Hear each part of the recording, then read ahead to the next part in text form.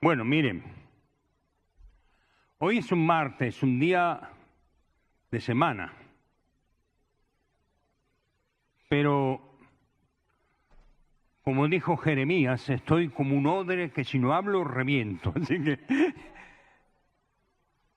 hermanos míos, yo les ruego que me tengan paciencia. ¿Amén? ¿Me van a tener paciencia? El pastor ya me dijo que él se queda, no hay problema.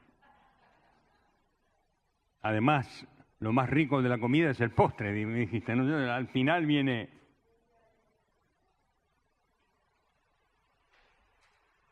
En primer lugar, voy a hablar de mí, yo me quiero hablar de él, pero es una forma de presentarme, porque no hay mayor fuerza en el corazón del hombre que sabe lo que Dios ha hecho en su vida. ¿Amén? El ciego les decía a los fariseos, una cosa sé, que yo era ciego y ahora veo. Amén. Por lo tanto, voy a invertir unos minutos en contar un poco mi testimonio. Estamos hablando de 50 años atrás. 1975 yo conocí al Señor. Amén.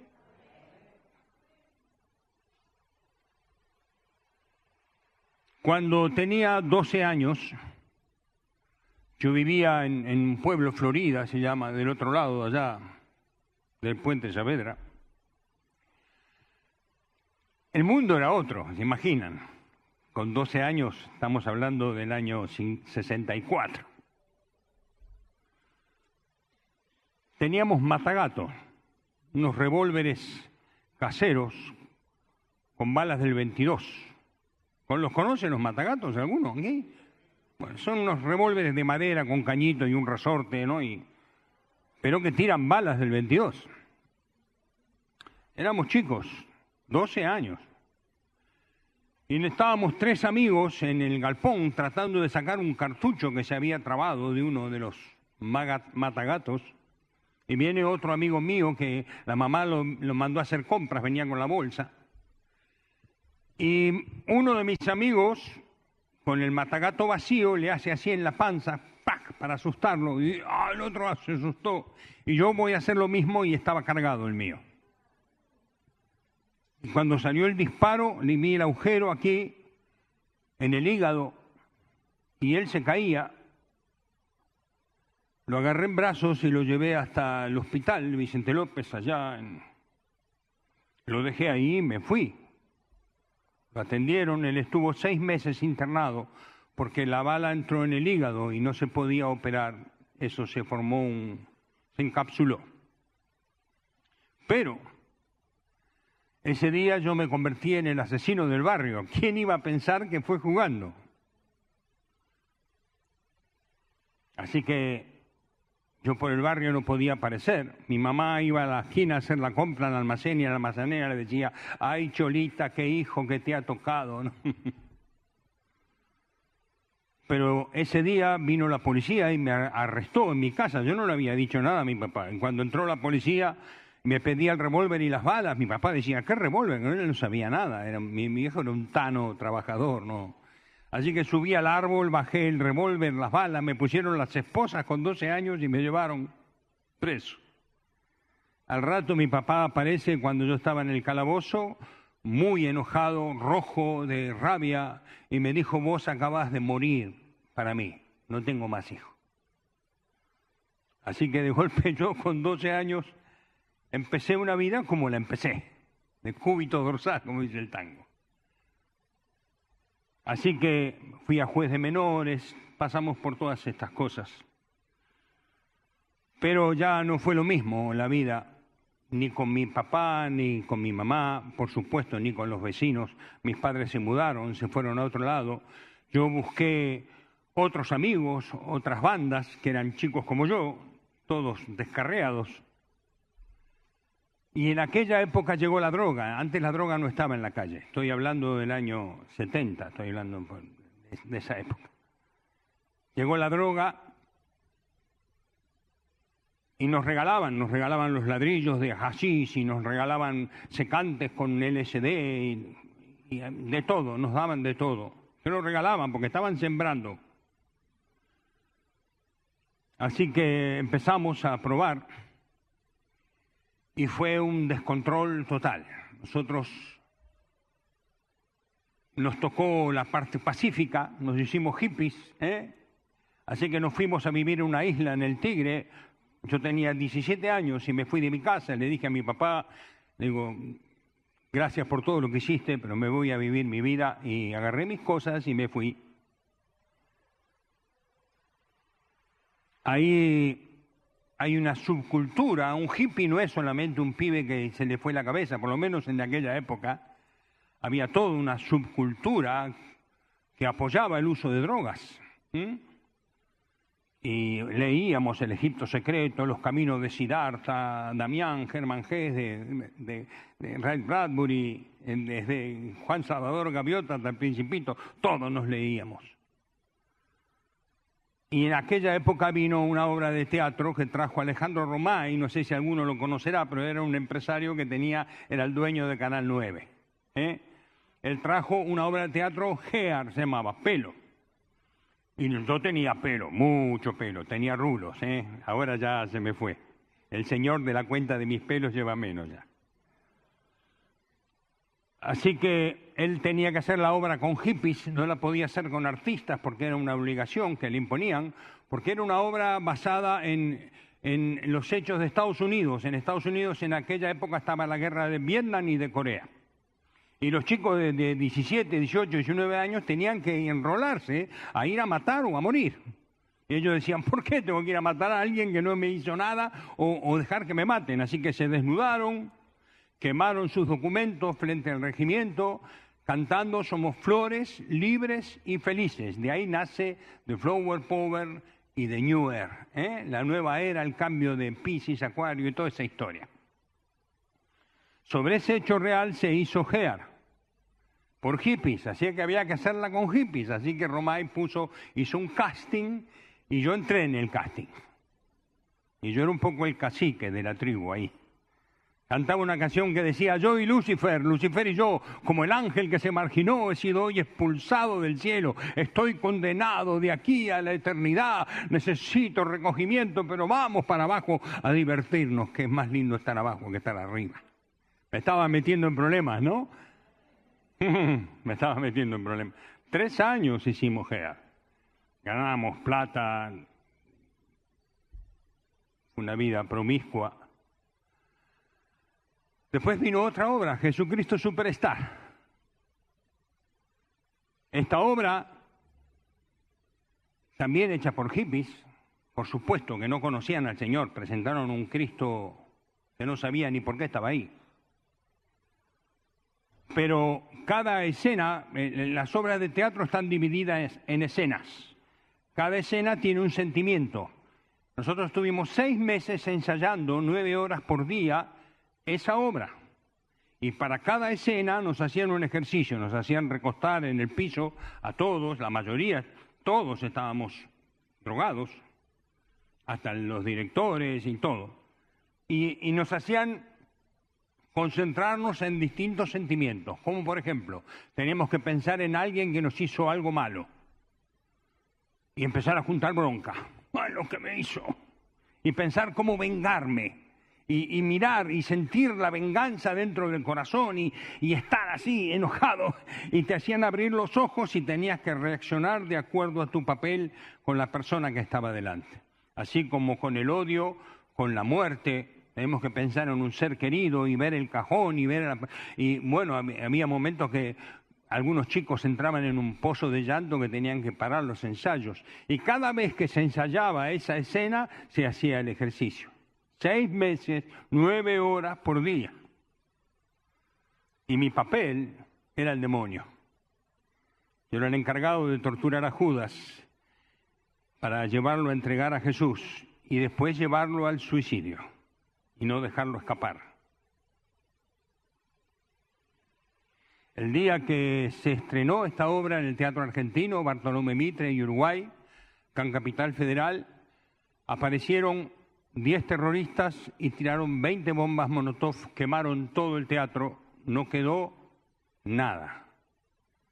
Y ahí se acabó el teatro argentino. Todos nosotros huimos porque también nos perseguían. Para colmo, mírenme, mido 1,85 m, siempre fui grandote, ahora estoy gordito, pero antes era grandote. Tenía el pelo así, y vestíamos de todos colores, con collares y con aro, en el año 72, por ahí. Éramos un cartel de Coca-Cola por la calle, Así que yo huí al campo, porque empecé a notarme que yo no sabía distinguir si lo que estaba pasando era verdad o me lo estaba imaginando. Empecé a escuchar voces dentro mío, de mis padres, de mis vecinos, que me gritaban que no me moviera, que los estaba lastimando. Así que terminé en Los Tamariscos, entre Villa Gesell y Cariló, en aquella época. Ahora no es lo mismo, ¿no?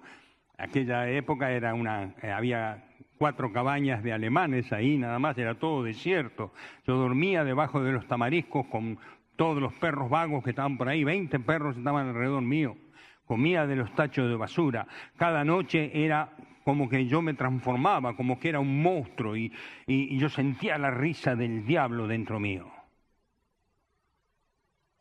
Un día me pasó que me empecé a mover, se me ocurrió ir a la ciudad, no sé ni a qué fui, pero cuando llego y los veo caminar a la gente, empecé a moverme así, como una marioneta de esas de Piolín, pero no podía parar. No podía parar y me empecé a desesperar. Entonces yo le empecé a gritar a la gente: ¡paren, paren! ¡Tenemos que hablar! Imagínense, un loco con esa facha, ¿no? La gente me empezó a tirar piedras. Uno me pegaba con el abrigo y me decía: ¡andate, Drácula! Y así salí corriendo y me fui. Cuando caí preso, la policía me llevó preso por tenencia y uso de drogas, así que me llevaron a juicio a tribunales de la capital federal después de todo el proceso que te hacía la policía antes de llegar ahí, ¿no? En los años 75, eran años bravos. Y en el calabozo donde estaba, calabozo número 21, era un calabozo cerrado de 1,5 m de ancho por 2 metros de largo, con una cama de cemento, una lamparita allá arriba, todo escrito por los presos, con frases de arrepentimiento: viejos perdón, lo hice por un amigo, todo ese tipo de cosas. Pero había sobre el travesaño de la puerta una frase que decía: pibe, rezá, aunque parezca mentira, sirve. Yo cuando leí eso, digo, ¿qué tiene que ver con un hippie de la era psicodélica?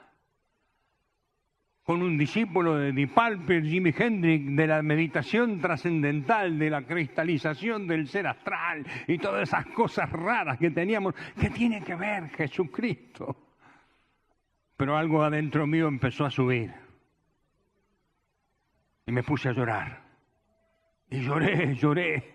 Y en un momento le dije: si vos sos quien decís que sos, me estás escuchando. Si no, soy un tarado que está hablando al aire. Pero si vos sos quien decís que sos, el minuto que viene no lo quiero vivir más y no me quiero morir, no sé qué hacer. Y ¡guau! Lloraba.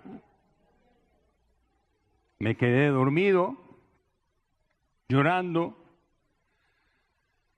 Me despierto al otro día y aparentemente nada había cambiado, pero a los 4 días resulta que se pierde mi prontuario, me derivan a toxicomanía, ya en la 20, en Costanera, ahí donde está Puerto Madero ahora, y ahí me dan la libertad por falta de méritos. Desaparecieron los méritos de mi causa. Yo no tenía dónde ir, yo hacía 5 años que me había ido de mi casa, así que me fui a buscar unos amigos, unos vagos que vivían en Quilmes. Así que me vine, tenía boletos solo para un colectivo, y aparte yo tenía el pelo así, tenía un abrigo de cordero con los pelos para afuera, todo deshecho, con parches de jean pegado así como matambre. Era un personaje, ¿no? Sucio, así. Tenía 2 meses que no me bañaba. Así que subí al 98, saqué el boleto y dije: me voy para Berazategui. Y cuando llego, estaban mis amigos, los chicos que yo conocía, y uno se levantó y me dice, Beto, me dice, gloria a Dios. Yo cuando vino corriendo y tenía el libro negro en la mano, me dice, yo no me drogo más, Beto, conocí al Señor, y me abrió la página que estaba con una foto de blanco, lo habían bautizado, y dice, mirá, me bauticé. Yo dije, este está peor que yo estoy loco, este está peor. Y él me llevó a la iglesia, una iglesia pequeñita de 15 personas allá en Hudson. Hoy es la iglesia de Ríos de Vida de Hudson, una iglesia que levantamos nosotros allá. Con ella, la hermana de mi señora, fue la que trajo el evangelio a toda la familia, esta señora que está acá. Su esposo y mi otro cuñado también son los que me enseñaban la Biblia todo el día, hasta el gorro me metieron la Biblia. Pero gracias a Dios, amén.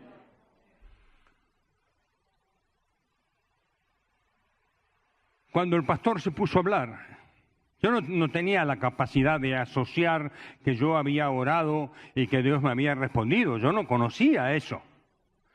Pero cuando el pastor empezó a hablar, el pastor Miguel empezó a hablar, ahí entendí, ahí me cayó la ficha de que Dios me había sacado de un calabozo y me metió en una iglesia de bruces. Y una iglesia de amor, hermanos míos, una iglesia de amor. Y Dios quiera que ese amor persevere, porque Dios es amor. Una iglesia que me amó. Un hermano me dio donde dormir, otro hermano me dio trabajo, otro hermano me cuidó, todos estaban en pos de mí, uno me ayudaba en una cosa o en la otra. El día que me bauticé hicieron unas tortas así grandotas ahí en el río y lo contaminé. Después tuvieron que íbamos a bautizar a la casa de Carlos allá. Lo contaminé el río. Hace 50 años de esto, hermano mío. Yo a los 6 meses... Los pastores me enviaron a estudiar, yo no había dejado mis estudios, y estaba un pastor que por ahí conocen aquí, Jorge Omeski, y don Miguel Ramírez, y me dijeron, si vos tenés un estudio, terminá el estudio. Yo terminé de estudiar, hoy soy técnico en máquinas navales, ya estoy jubilado, pero y fui a buscar a mis amigos, esos amigos, algunos se convirtieron en la comunidad, me tiraban humo y me decían, che, te tragó un traje, porque en aquella época, si eras cristiano, saco y corbata, ¿no? Así que ellos vinieron, ellos trajeron a otros y con un año de estar en la iglesia empezó un centro de rehabilitación que duró hasta el año 96, 20 años. Soy pastor del año 84. Y nuestro ministerio, juntamente con mi esposa, ha sido el de sembrar iglesias. Dios nos ha concedido plantar unas 9 iglesias en el mundo, en Holanda, en España, acá en la Argentina.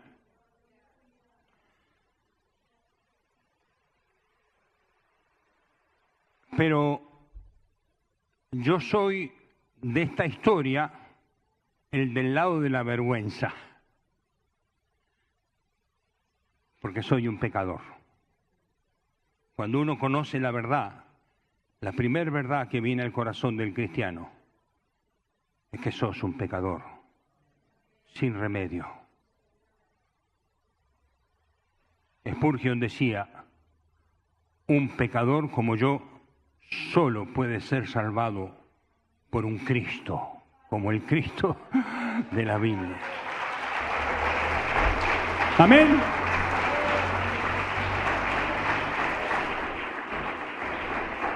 Es tan maravilloso Dios, es tan maravilloso,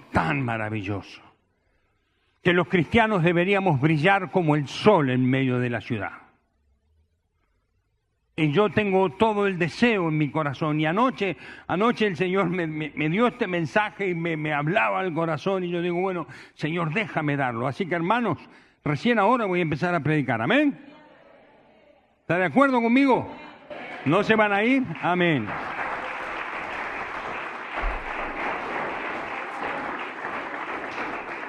Así que voy a leer el versículo y voy a orar. San Juan, capítulo 3, versículo 16 al al 21. Vamos a leer un párrafo. Dice así. Juan 3, 16. Vamos a leer la palabra de Dios. Amén. Porque de tal manera amó Dios al mundo que ha dado a su Hijo unigénito, para que todo aquel que en él cree no se pierda, mas tenga vida eterna. Porque no envió Dios a su Hijo al mundo para condenar al mundo, sino para que el mundo sea salvo por él. El que en él cree no es condenado, pero el que no cree ya ha sido condenado, porque no ha creído en el nombre del unigénito Hijo de Dios. Esta es la condenación, que la luz vino al mundo y los hombres amaron más las tinieblas que la luz, porque sus obras eran malas, porque todo aquel que hace lo malo aborrece la luz y no viene a la luz para que sus obras no sean reprendidas. Mas el que practica la verdad viene a la luz para que sea manifiesto que sus obras son hechas en Dios. Amén. Señor, yo te ruego que tú nos bendigas en esta noche.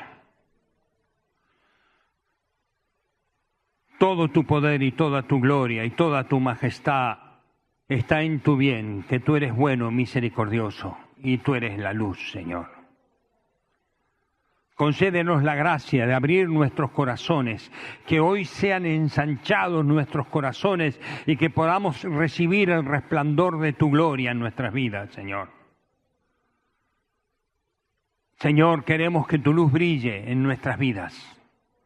Tú nos dijiste que somos luz, Señor, pero lo queremos ser con todo el ser, espíritu, alma y cuerpo, en el nombre precioso de Cristo Jesús. Amén. Tomen asiento, hermanos, tomen asiento. En primer lugar, Jesús no puede medir, el amor no se puede medir. El amor de Dios, el amor que todo lo cree, el amor que todo lo espera, que todo lo soporta, que no busca lo suyo, que no se irrita, que no guarda rencor, que no se alegra de la injusticia, mas se goza en la verdad, que todo lo cree, todo lo sufre, todo lo espera, todo lo soporta. Ese amor es el amor de Dios que sobrepasa todo entendimiento. No sobrepasa solamente todo entendimiento, sino que además la Biblia me muestra que ese amor es el vínculo perfecto. Es el vínculo perfecto. Dios me ama y porque me amó me tiene en su mano y no hay nada en el universo, ni lo pasado, ni lo presente, ni lo futuro, ni lo porvenir, ni ángeles, ni potestades, ni lo alto, ni lo bajo, ni la muerte, ni la vida. Nada me va a separar del amor de Dios que es en Cristo Jesús. Ahí dice, de tal manera, ¿cómo medirlo? Ese de tal es una expresión llena de sentido, de tal manera. Miren la altura, miren el espesor, la anchura, lo alto y lo bajo del amor de Dios que supera todo entendimiento. Amén. Ese amor es tuyo. Dios lo ha derramado en nuestros corazones. Tenemos todo el derecho a vivir en ese amor y amar con ese amor. No solo el derecho, tenemos la obligación de aprender a amar como Él nos amó. Amén.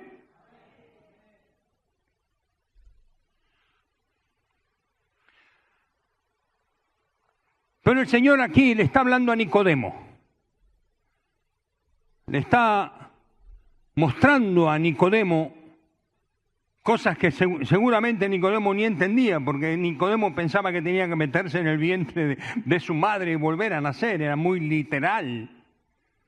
Y el Señor hablaba las cosas del Espíritu, amén. Y está hablando de Él mismo.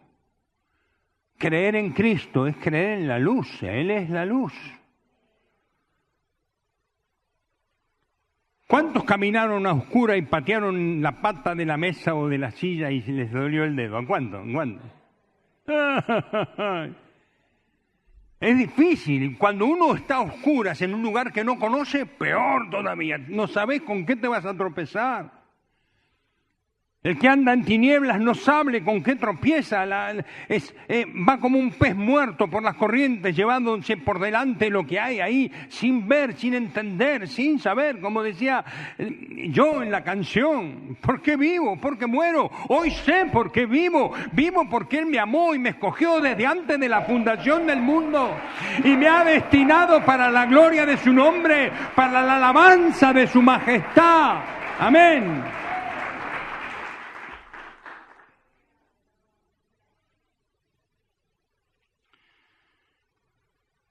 Acá dice el versículo 21, mas el que practica la verdad viene a la luz para que sea manifiesto que sus obras son hechas en Dios.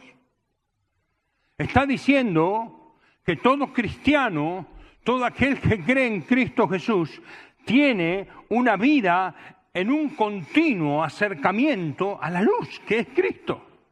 Amén.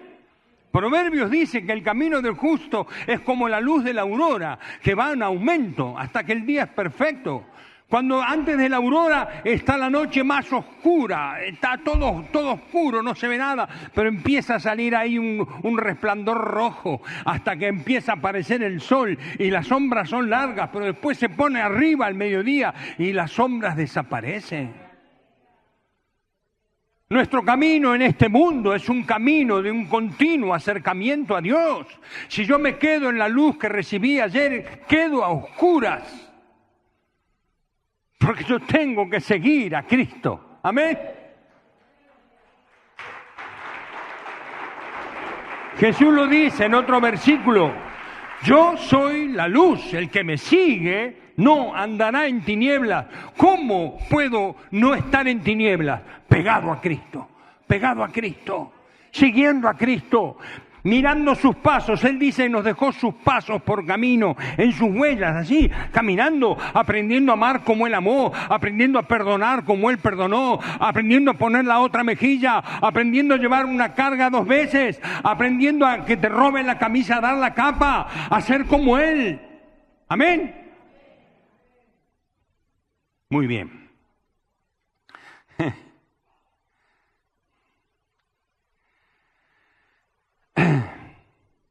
En San Juan, capítulo 8, versículo 12, dice Jesús,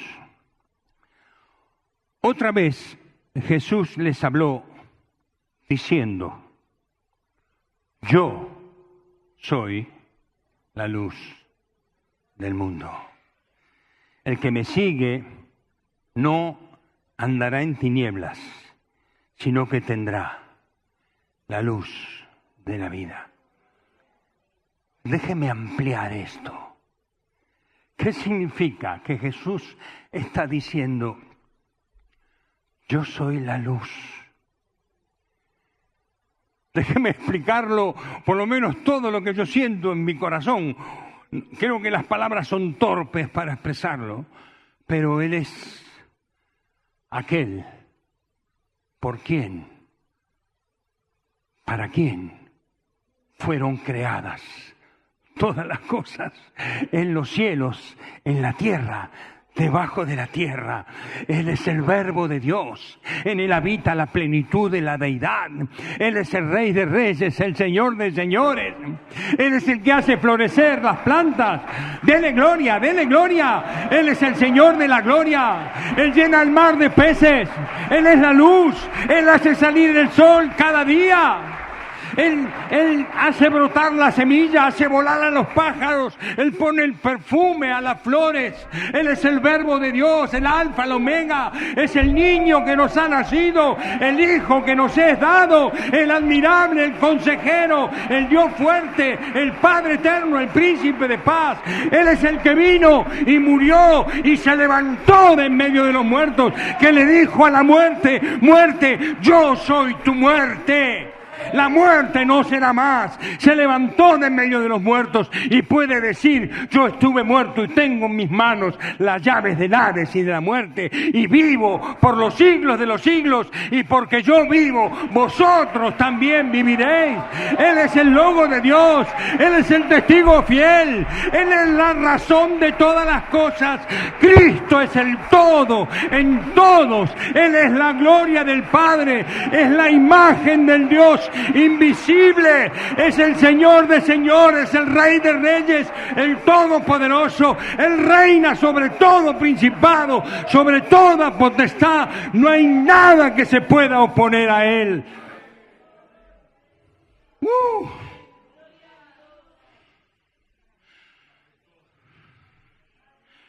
Resucitó y ya no hay nada que lo pueda vencer. Resucitó, resucitó, no hay enemigo que lo pueda destruir. Él es la fuerza y es el poder.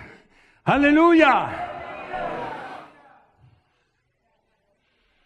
Juan lo dice de otra forma. Juan 1:1. En el principio era el Verbo, el Logos. El Verbo era con Dios y el Verbo era Dios. Este era en el principio con Dios. Todas las cosas por Él fueron hechas y sin Él nada de lo que ha sido hecho fue hecho. Él maneja las galaxias, las estrellas.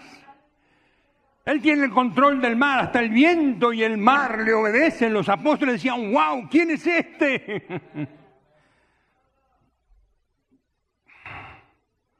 En Él estaba la vida, y la vida era la luz de los hombres. Hombre, si estás vivo, aunque no tengas a Cristo en tu corazón, la vida que tienes es porque Dios te la da. La sangre que va por tus venas es porque Dios todavía te da un tiempo debajo del sol, esperando con todo su amor tu arrepentimiento. En Él estaba la vida, y la vida era la luz de los hombres. La luz en las tinieblas resplandece, y las tinieblas no prevalecieron contra ella.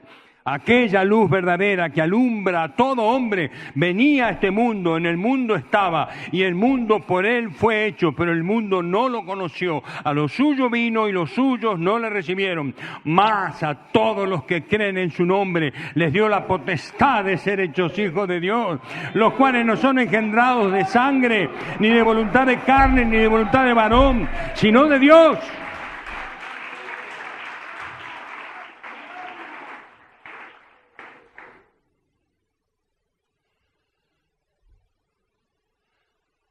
Jesús dice en un versículo, dice: el ojo es la ventana del cuerpo.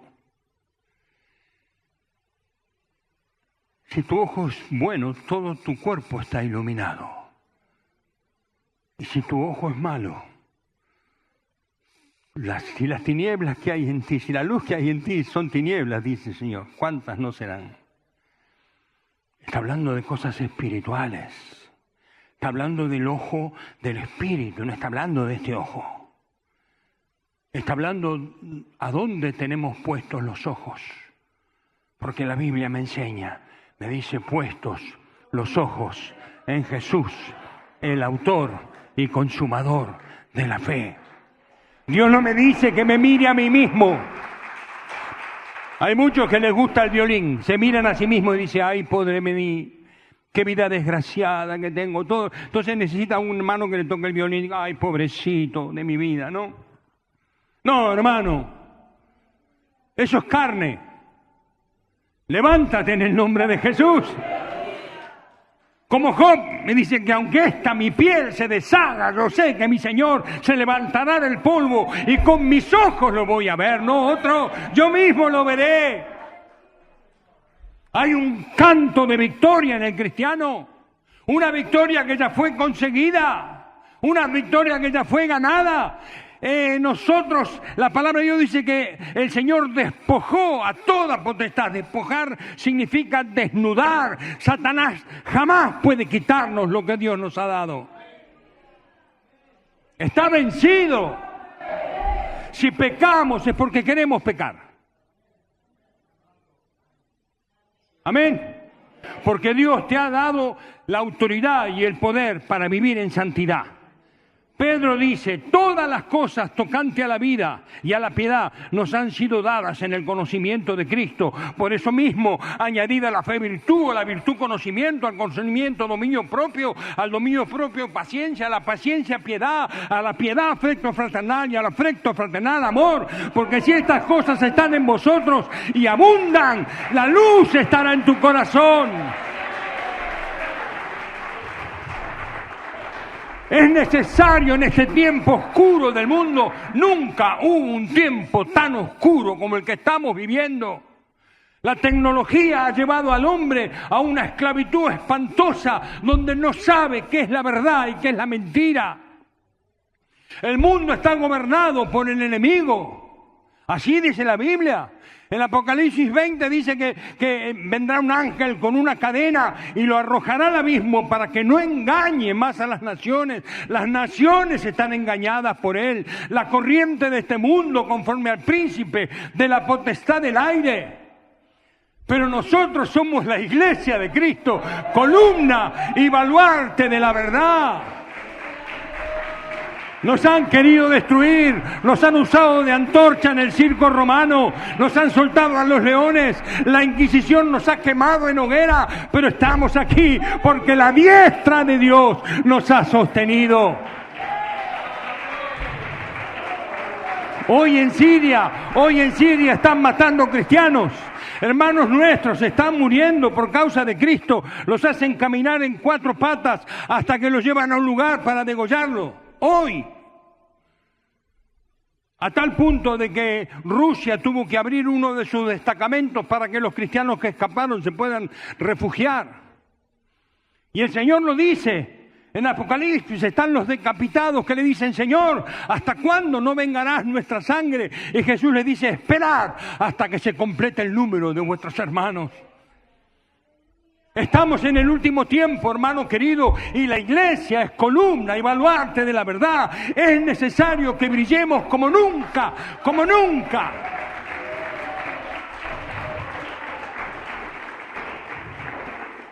Primera de Pedro, capítulo 2, versículo 9. Dice, mas vosotros, tú, cada uno, mas vosotros sois linaje escogido, real sacerdocio, nación santa, pueblo adquirido por Dios para que anunciéis las virtudes de aquel que os llamó de las tinieblas a su luz admirable. Tenemos la luz de Dios en nuestro corazón.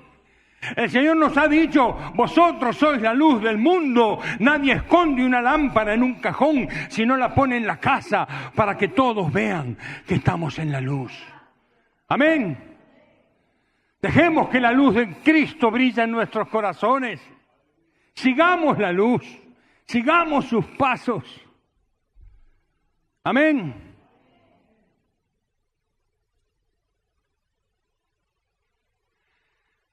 Hay un mundo oscuro, y la Biblia también lo dice.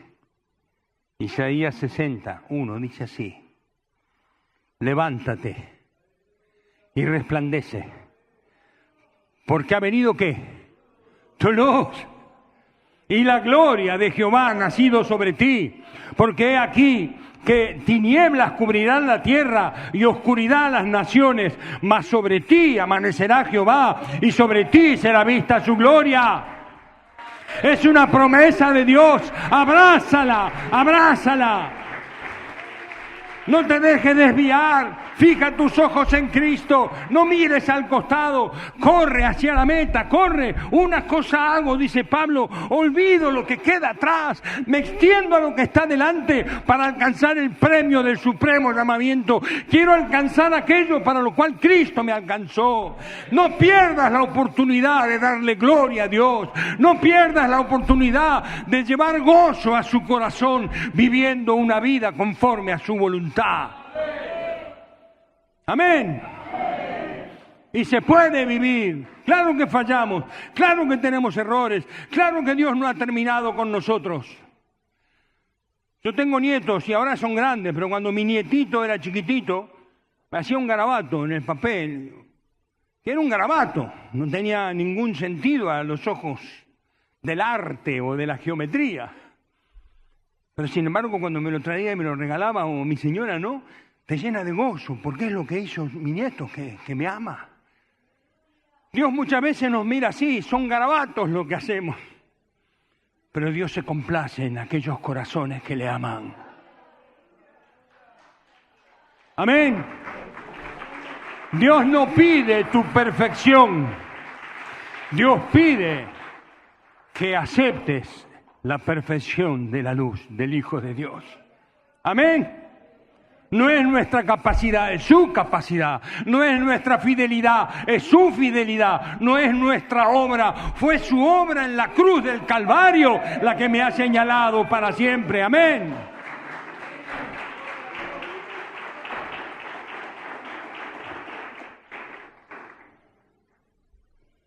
¿Sigo un poquito más? Bueno. Diego. Juan 12:35. Entonces Jesús dijo: aún por un poco está esta luz entre vosotros. Andad entre tanto que tenéis luz, para que no os sorprendan las tinieblas, porque el que anda en tinieblas no sabe a dónde va. Entre tanto que tenéis luz, creed en la luz, para que seáis hijos de luz. Qué hermoso, me gusta eso, ser hijo de luz. Somos hijos de luz, Diego. ¿Eres hijo de luz? Resplandece, resplandece. Dios ha encendido en tu corazón una llama inagotable que brillará por toda la eternidad. Él es el sol de la gloria, Él es el sol de justicia, y mientras ese sol brille, nosotros que somos sus rayos, brillaremos con Él para siempre. Amén.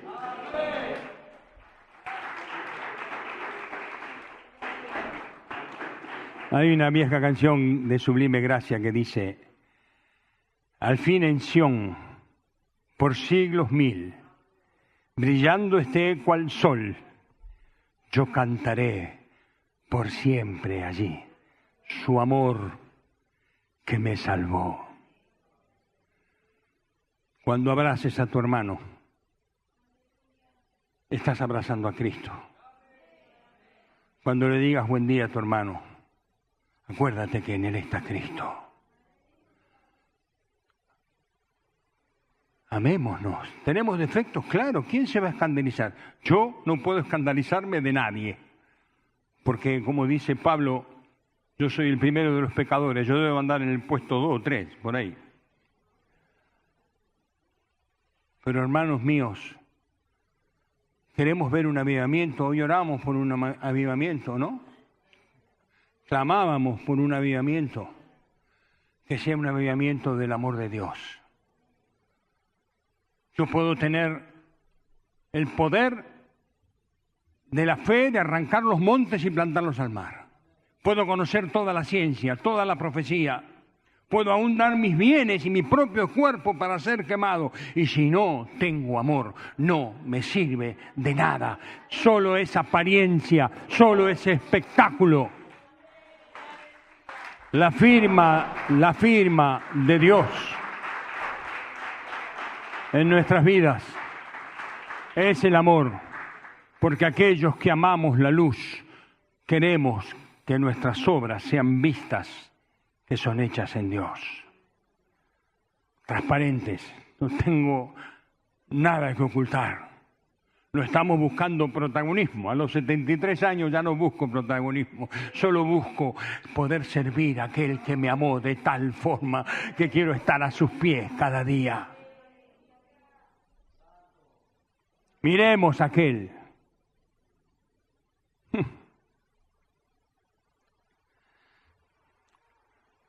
Versículo 46 dice: yo la luz he venido al mundo para que todo aquel que cree en mí no permanezca en tinieblas. Amén. Muy bien. Voy a cerrar. Voy a cerrar.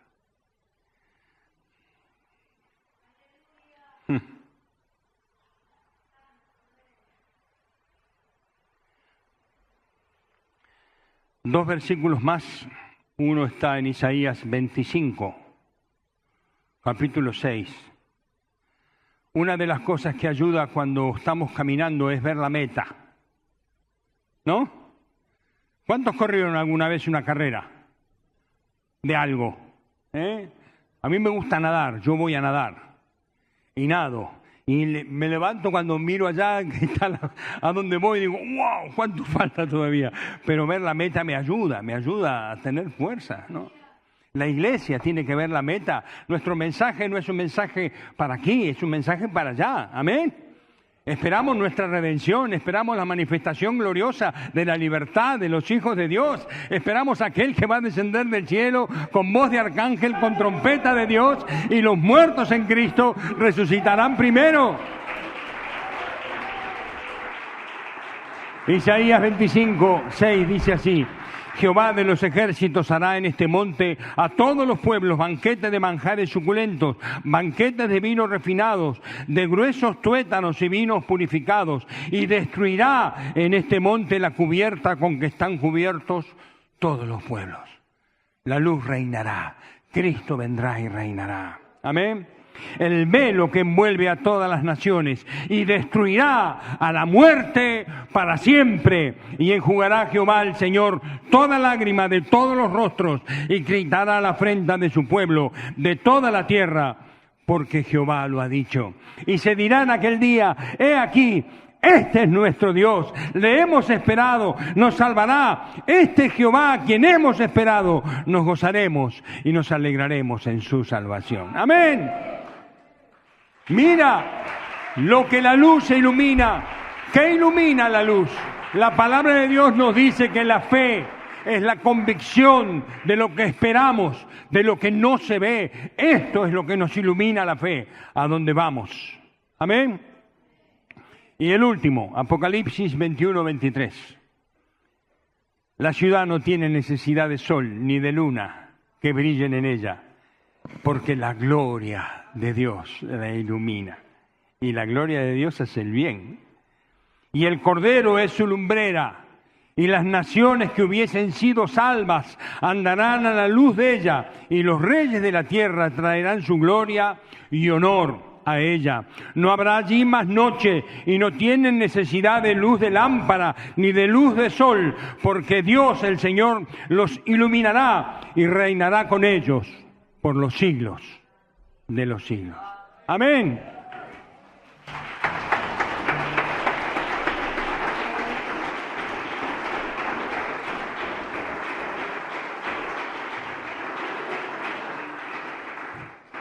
La iglesia del Señor fue iluminada. Durante siglos, esta luz lleva fruto. Somos hijos de luz. Somos hijos de esa luz. No nos dejemos encandilar por las luces de neón de este mundo. No nos dejemos entretener ni engañar, porque estamos viviendo tiempos difíciles.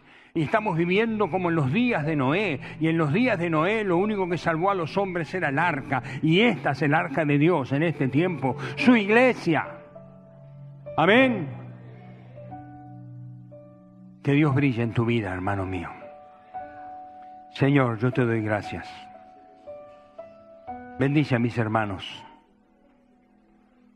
Yo soy un hombre grande, me has dado 50 años al lado tuyo y me has llenado de gozo y brillas en mi corazón.